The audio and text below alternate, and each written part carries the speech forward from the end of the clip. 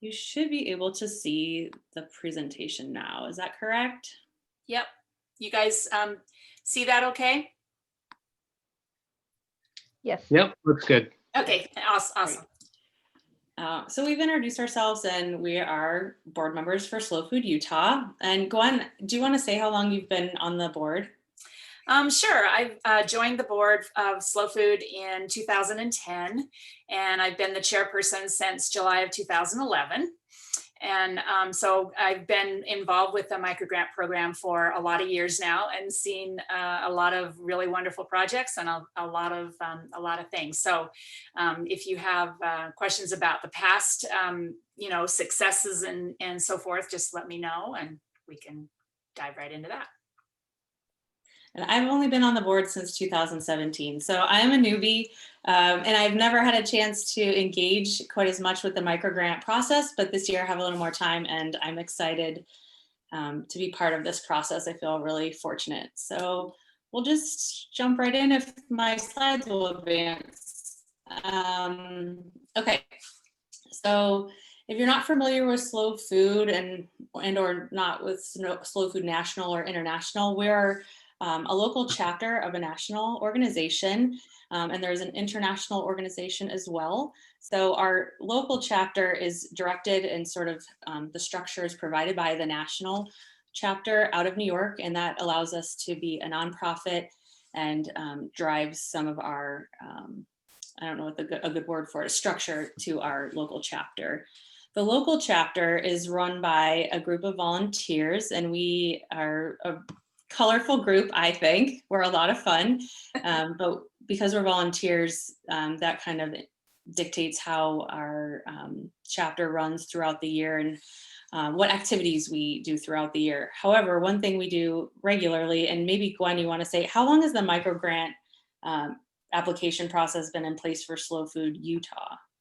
About 12 years. Some of the information from before I came on board is a little, I don't have a lot of information from some of those years, but about 12 years we've been doing the microgrant program. Yeah, so that's one thing at least since I've been on the board, that's been a priority. We want to ensure that we keep the microgrant program going, and we'll talk a little bit more about that and how we get funds for the microgrant program. So our mission, like you heard me say before, is to change the world through food that's good, clean, and fair for everyone.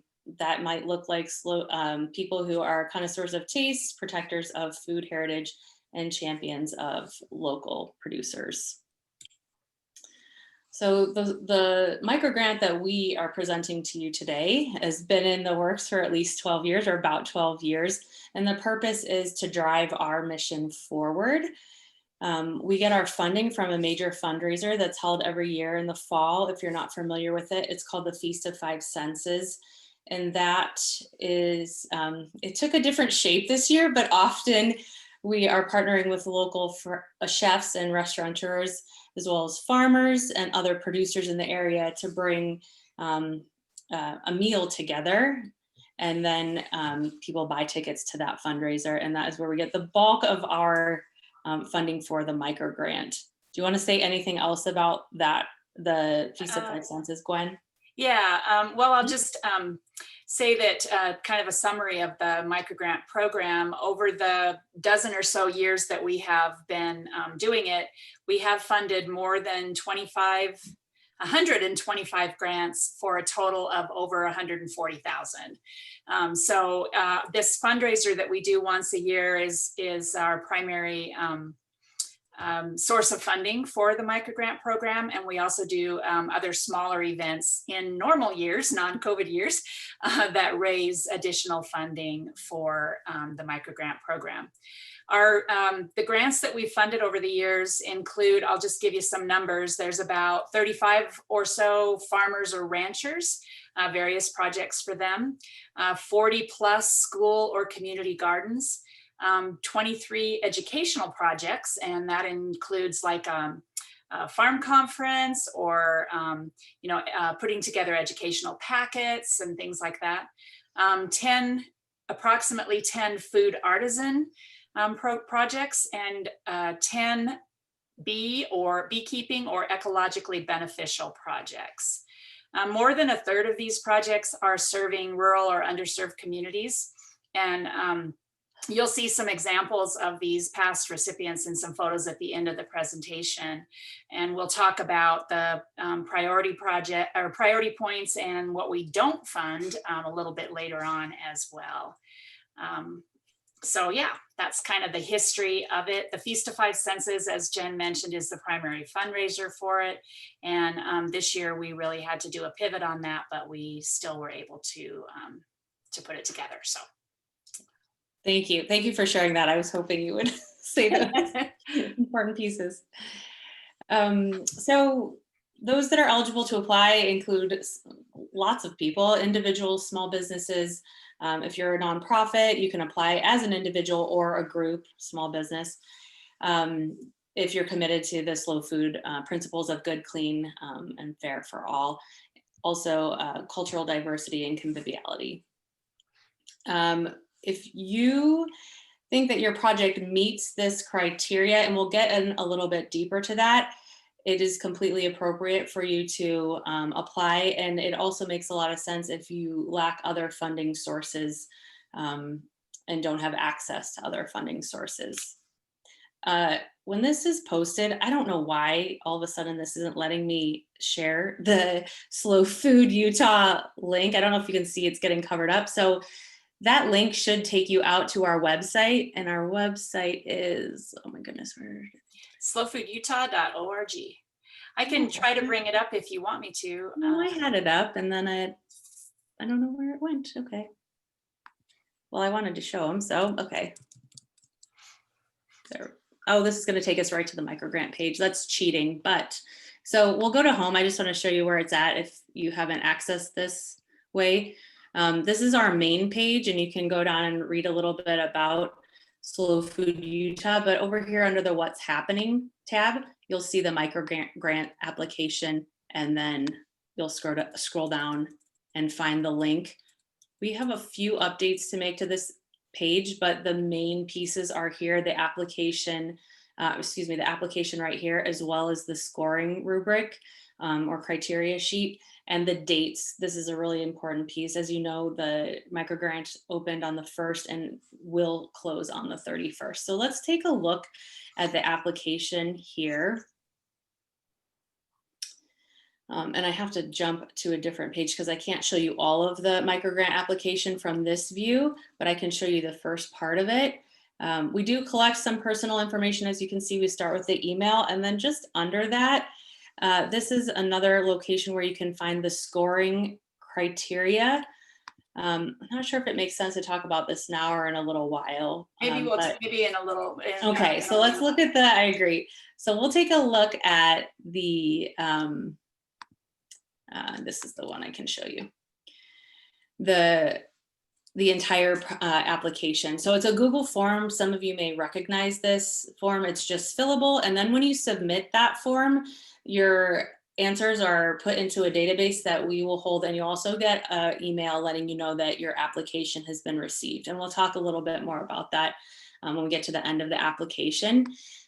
Towards the top of it, you should also receive an email with that says your application's been received, and it should have an edit link. So if you feel like before the 31st, if you feel like you want to go in and edit it or change something or add a little bit more wording, you're able to do that anytime before we close it at the end of the 31st. So, yep. So at the top, we've just given you some resources as a reminder and we are asking you to acknowledge that you know that the scoring criteria is listed for you. A little bit about Slow Food and the Slow Food Microgrant program. And we kind of talked about those things already. The eligibility requirements, who can apply, as we've talked about, individuals, farmers, ranchers, if you have a community garden, any sort of educational endeavor as an individual or a group, you're eligible to apply. And then you'll need to clearly articulate what your project is doing and how your project serves your community of need. So do also note on there that where it says what we do fund and what we don't fund, there are certain things that cannot be included in requests such as consultant fees, labor costs, marketing supplies, et cetera, just so that's clear for everybody. Yep.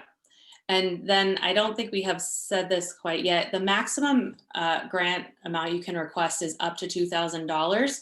So just know that that's what you can ask for. Sometimes we award the full amount and sometimes a partial amount will be awarded. And then Gwen just lets you know what we do and don't fund. So again, acknowledging that, and then your level of commitment to Slow Food if you were to be awarded funding. The main pieces here include, we want to ensure that you meet the requirements of the application process, but then we want you to be able to share back with a broader community. And that includes any sort of publicity, whether that's on social media or, and I know it sounds archaic now, but like a flyer or something. That's crazy at this point in time, especially with social distancing. And we will also want to remind you that at the end of your project timeline, or up to 1 year, we expect that a written reply and update is provided to us. And actually this came up in my head today, Gwen, is there a format for how we like to receive the summary report at the end? Yeah, we do have a form that we will send out to you within a year. You're welcome to always just submit it, you know, in an email, a document, just showing us what you did, as long as it covers the basics. But we do have a form that we will send out also. Yeah. And the written form, I'm just going to say this as well, it can be all text, but we really appreciate pictures, just so that you know, and we like to see visually what you've accomplished over if it's a growing season or the entire year, however the timeline works for you. We really like to be able to see that. And then if you're doing some sort of publicity that's going to be going out to the public, we would appreciate you using the Slow Food logo, and we do have the logo available to you.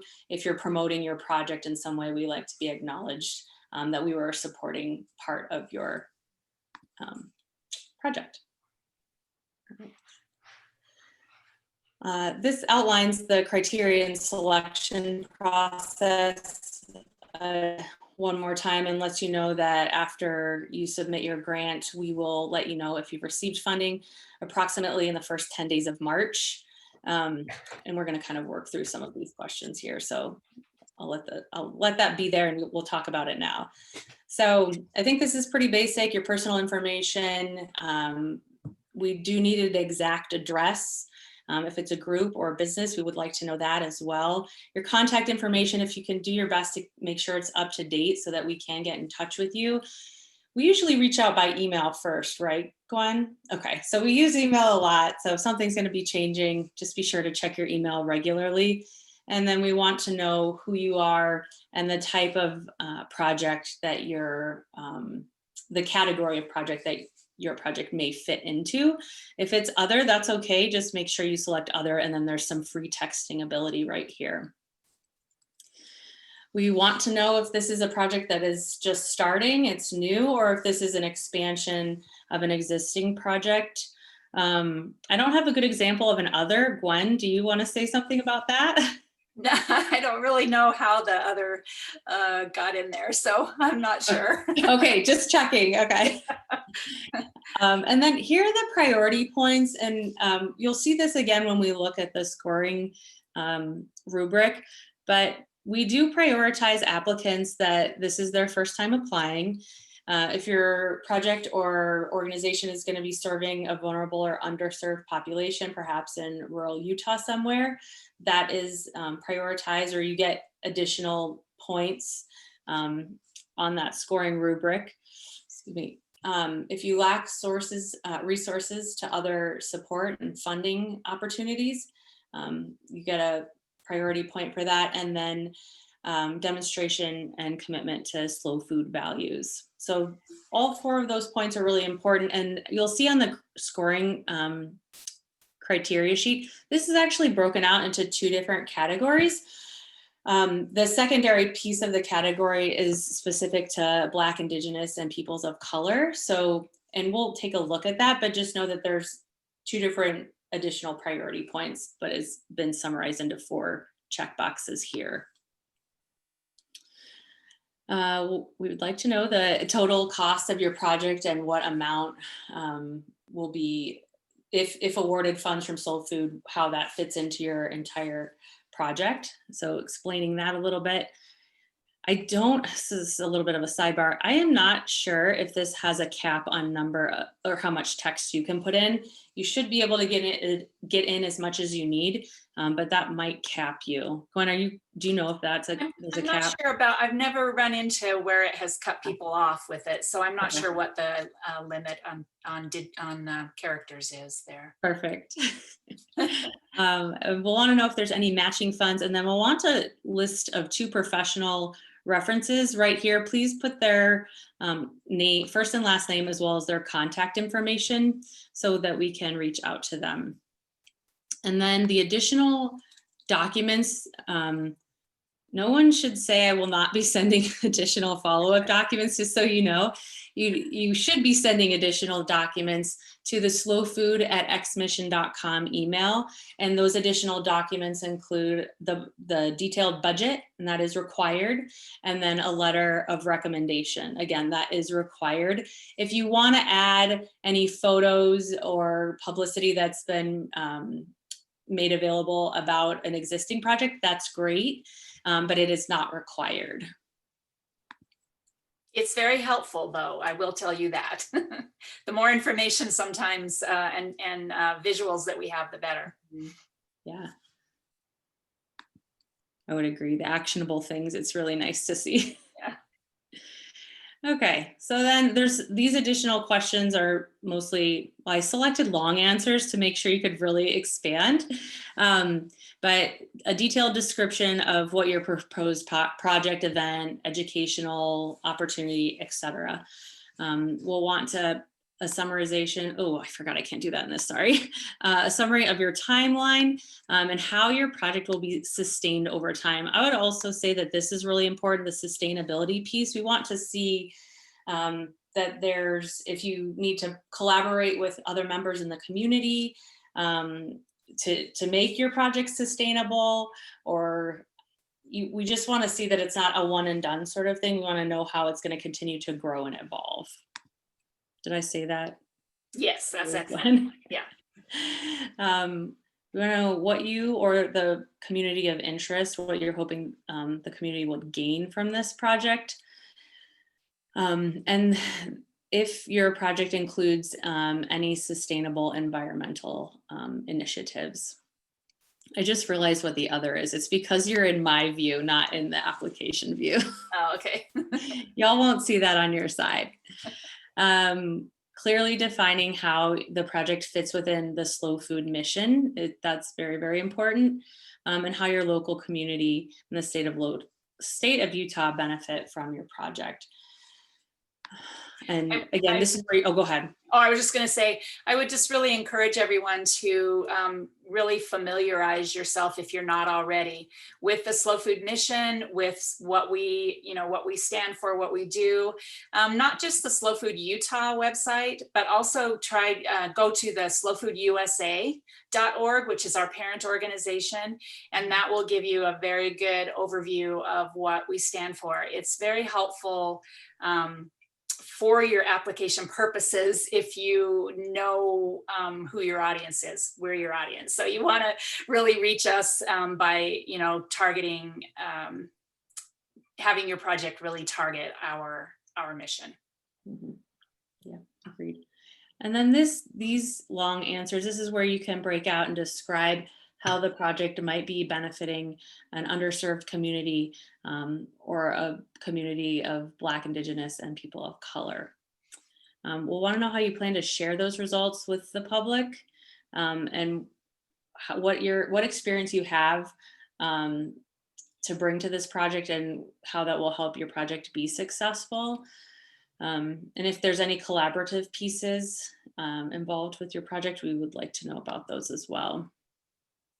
I think this question is real important. All the questions are important, but this one's important as well, very important, because We want to know what your plan will be if you only are awarded partial funding, or if you're not awarded at all, what the plan will be, the next step would be. Okay, so that is the end of the written part of the Google form. You will have to hit a submit button. I think it's purple if I remember correctly. But make sure you hit submit, and then you should expect an email back almost immediately that says you've submitted a Google form. And then on that, like Gwen was saying, you'll get a link, and you can select that link and come back into the application anytime before January 31st and make edits if you need to make any changes. But on January 31st, the application will close and you will no longer have access to that link. And I will say also that sometimes those emails go into your spam folder. It will come from Google Form. That's what the return address is. And so most, a lot of times people will say, hey, I never got this. And then they'll look in their spam folder and there it is. So just FYI, if you're expecting to get that and you don't get it, check your spam. Yeah, and then if you can't find it and you expect, I don't know, if you could reach out to us, and hopefully your results would have been saved to our database, but you should get that. You should get a verification back. So, yeah. And I would also say put this slowfood@xmission.com, put that in your address book as well, so that doesn't go to spam. You'll want to be able to communicate with us back and forth from that email address. So, yeah.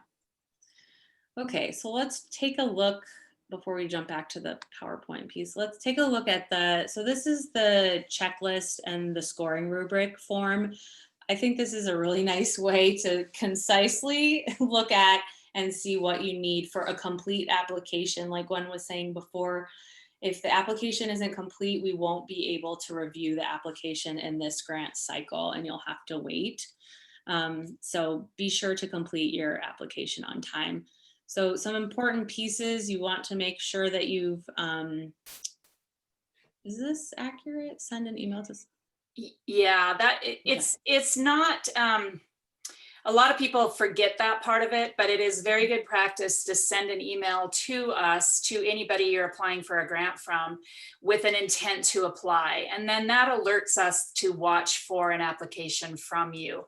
If I receive an email saying you have an intent to apply, and by the deadline I never see it, I will contact you and say, hey, what's going on here? Did you not, submit that? Because sometimes people, don't hit that submit button. So that's a really good practice anytime you're applying for a grant anywhere, is to send an intent to apply email.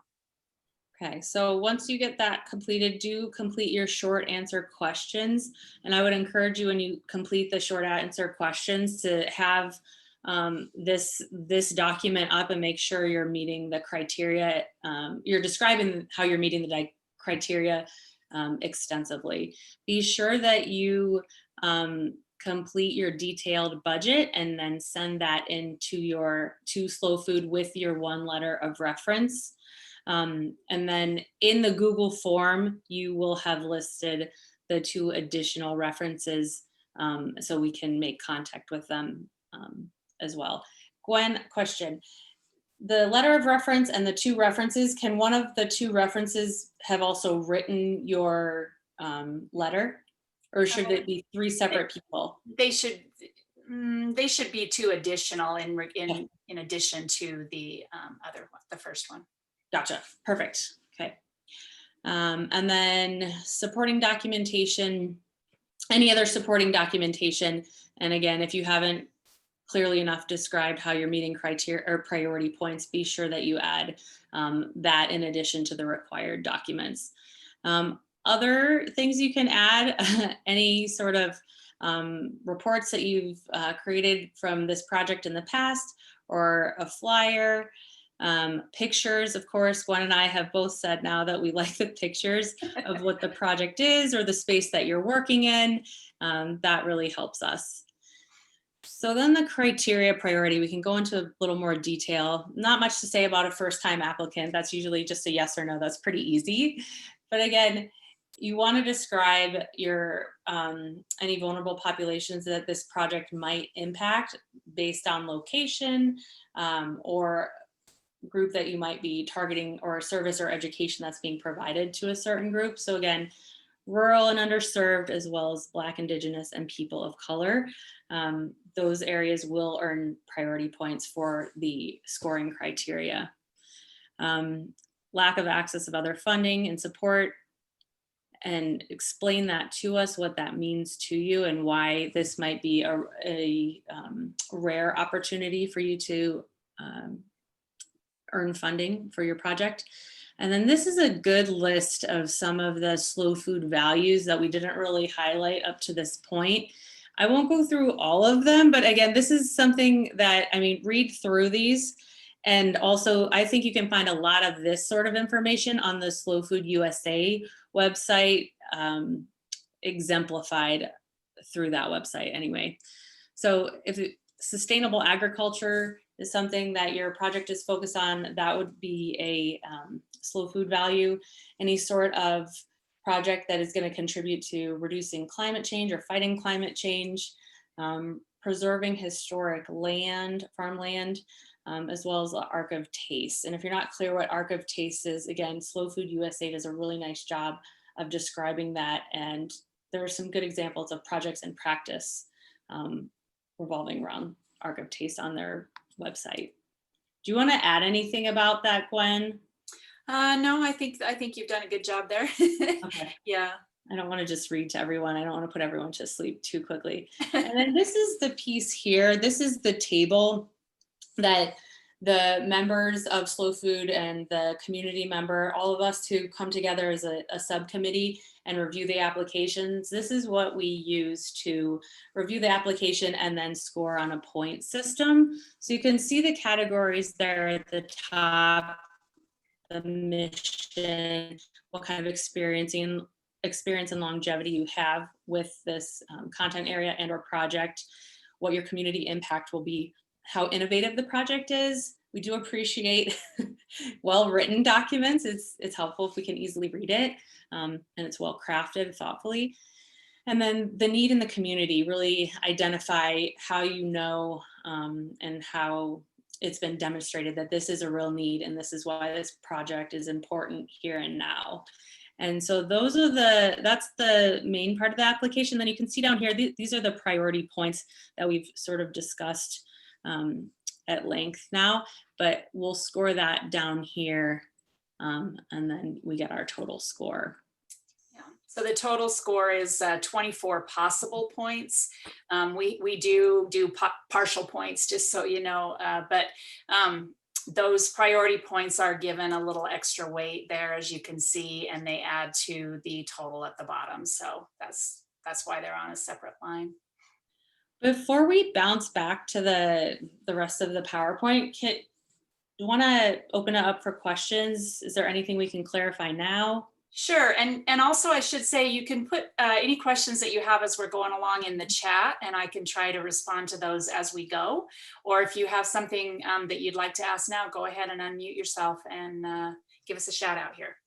If not, we'll just keep plowing through. Flip back over. Well, it takes a minute to come off mute sometimes. Okay, well, feel free to chime in at any time if you have a question as we keep going. We can also chat at the end as well. Oh, okay, here we go. We talked about this. Kind of gone over this, I think. Do you want to add anything to this, Gwen? So one of the things that people ask us is, why do we give these microgrants? What are we doing it for? And it's to build a stronger food community. Honestly, we get to make connections with local food producers. We get to spread and promote the mission of Slow Food. We get to meet new friends, which is always lovely, gain new supporters. But our primary mission is really to support the local food community and support good, clean, and fair food for everyone. So that's why we do it. Some of the other things, it says, what else does Slow Food fund or do? In a non-COVID year, that answer is a lot longer than it is now. But we have done all kinds of things in the past: farm tours, farm mobs, where we get a group of people together and go do a volunteer project on a farm.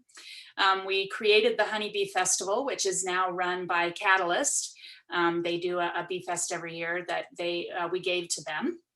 We partner with other organizations in the community on Eat Local Week, helping to spread the word about local food.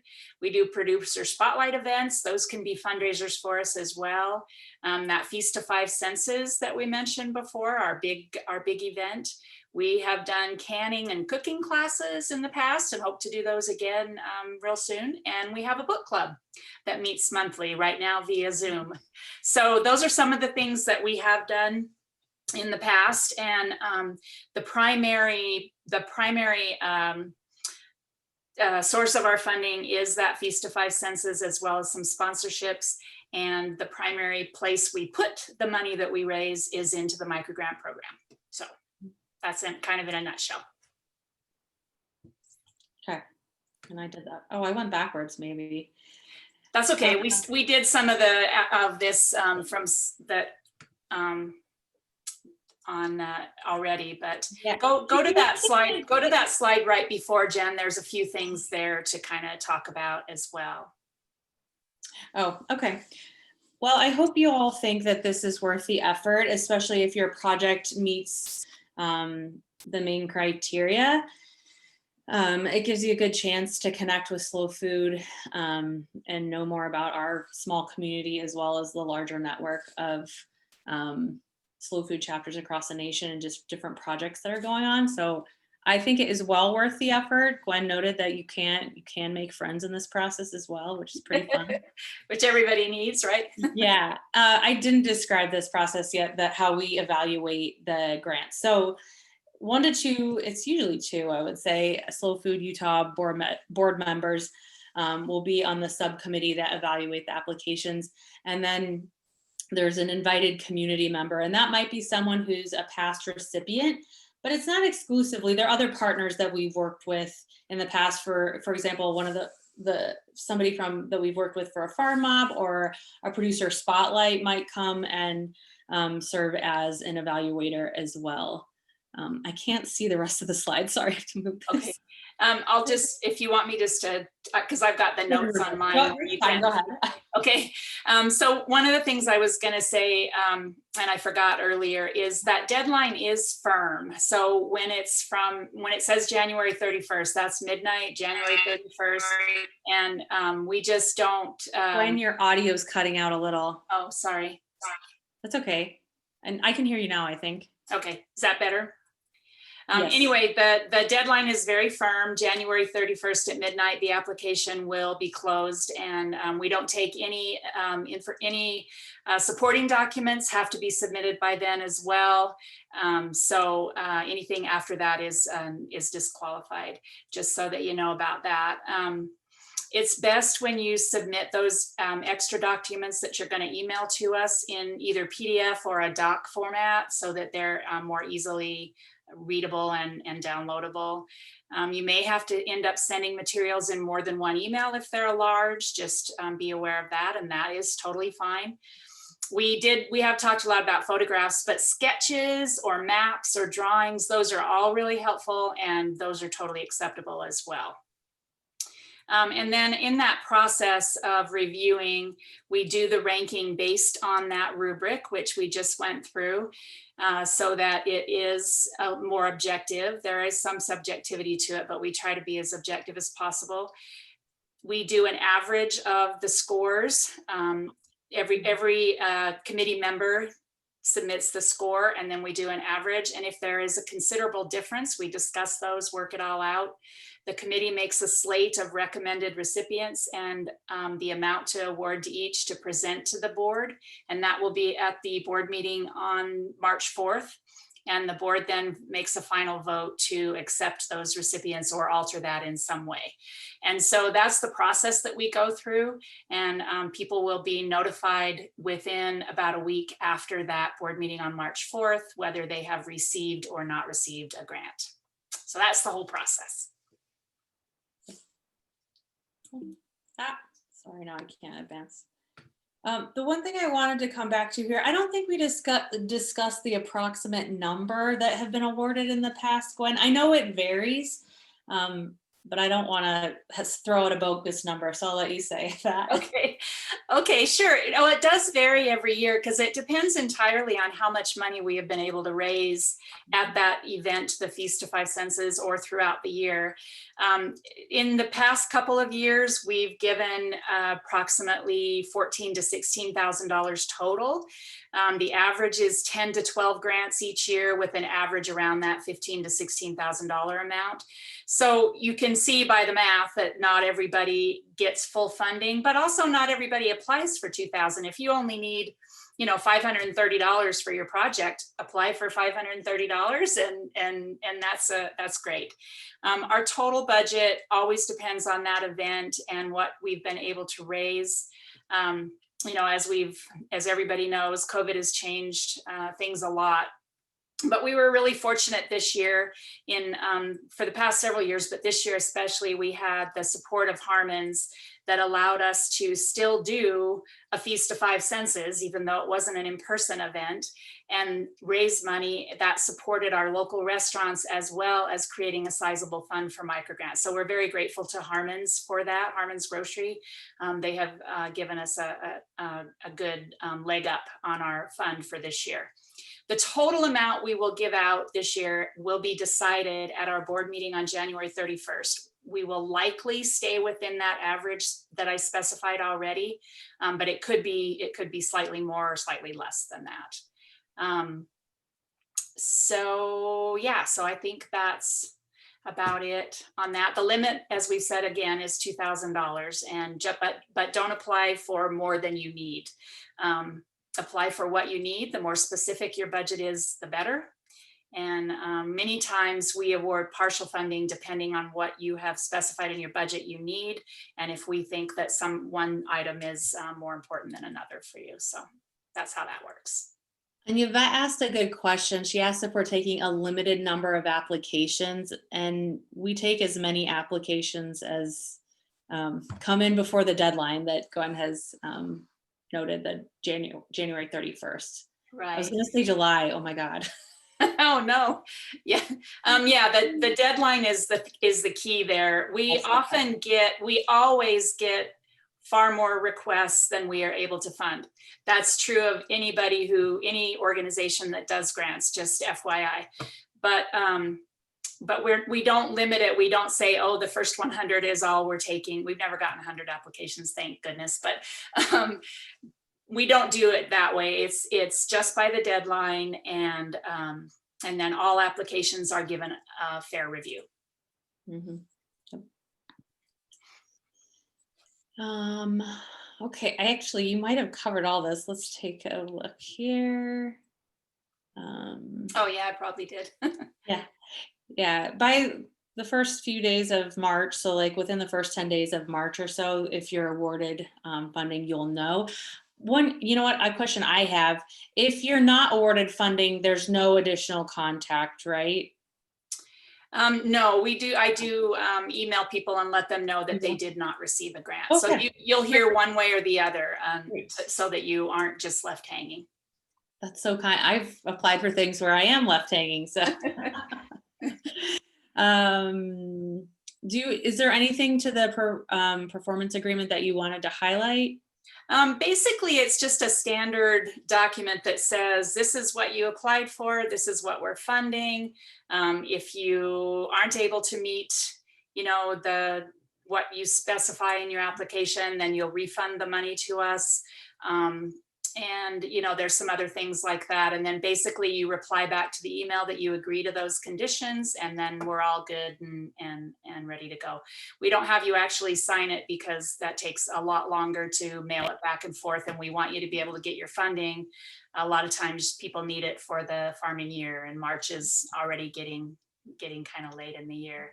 I see that Christopher had a question about, can multiple applicants apply for different pieces of the same project? I'm going to say, I guess that depends on what the project is and what those pieces look like. I hate to be vague, but I'm just going to say, I guess it depends.